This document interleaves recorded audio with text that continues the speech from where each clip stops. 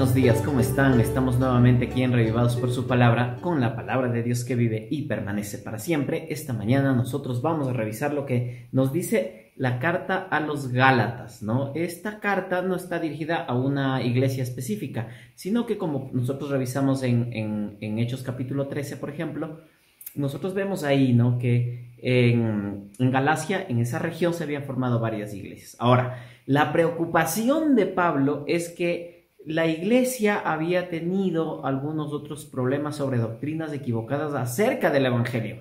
Entonces, lo que Pablo va a intentar explicarnos es la naturaleza del evangelio y cómo éste tiene el poder para transformar la vida de las personas y cómo la obra de la gracia es suficiente.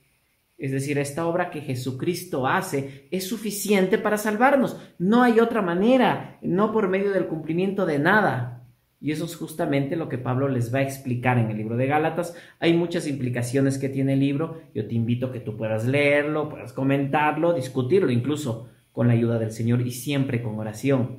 Entonces, en el primer capítulo, Pablo va a intentar fundamentar su ministerio.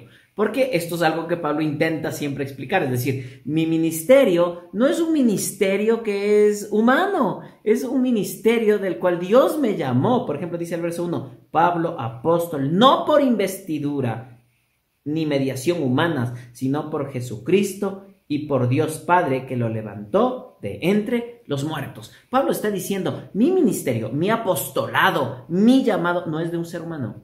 A mí me llamó el mismo Señor. Yo lo vi resucitado. Ahí en el viaje, ¿no? Que él hacía a Damasco, incluso nos explica que es todo lo que él hizo. Es decir, les dice, yo fui llamado por él, porque él me amó, él desde el vientre de mi madre me eligió para esta tarea. En un momento oportuno, el Señor me escogió, me eligió para que yo la cumpliera. Y yo soy siervo de él. Yo no intento exaltarme a mí mismo, dice Pablo. Yo intento exaltar a Dios. Si me intentara exaltar a mí mismo, entonces no fuera apóstol. El llamado que él recibe. Y él ratifica muy categóricamente esto, porque él quiere explicarles que lo siguiente que les va a decir, de lo siguiente que les va a hablar, es el mensaje de Dios, no otra cosa. Y es interesante, entonces, la preocupación que él tiene. Verso 6, me asombra que tan pronto estén dejando ustedes a quien los llamó por la gracia de Cristo para pasarse a otro evangelio. Les dice, no, Jesucristo les llamó por su gracia, por pura misericordia, fue su elección. Y ustedes se pasaron a otro evangelio, y dice Pablo, no es que hay otro evangelio, sino que ustedes están siguiendo enseñanzas de otras personas que intentan cultivar en ustedes sus propias obras, su propio orgullo, la capacidad de entender, ¿no? De que mediante las acciones, mediante la conducta, usted puede agradar a Dios y alcanzar la salvación. Y eso es algo que la Biblia niega por completo, y Pablo también.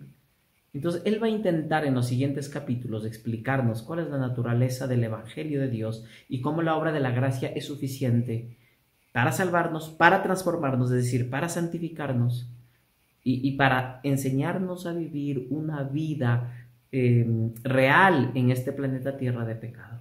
Así que yo te invito a que cada día que vamos a estudiar el libro de Gálatas vayamos con humildad para entender esta obra poderosa. Querido Dios, en esta mañana te queremos agradecer, Padre, porque nos diste el Evangelio precioso. Tu gracia es suficiente. No debemos seguir otras doctrinas, Señor, sino la que está en tu palabra, Padre Celestial, la que nos explica que a través de la obra de la cruz, oh Dios, tú nos salvas, oh Dios, y eso es suficiente para nuestra vida, Padre Celestial.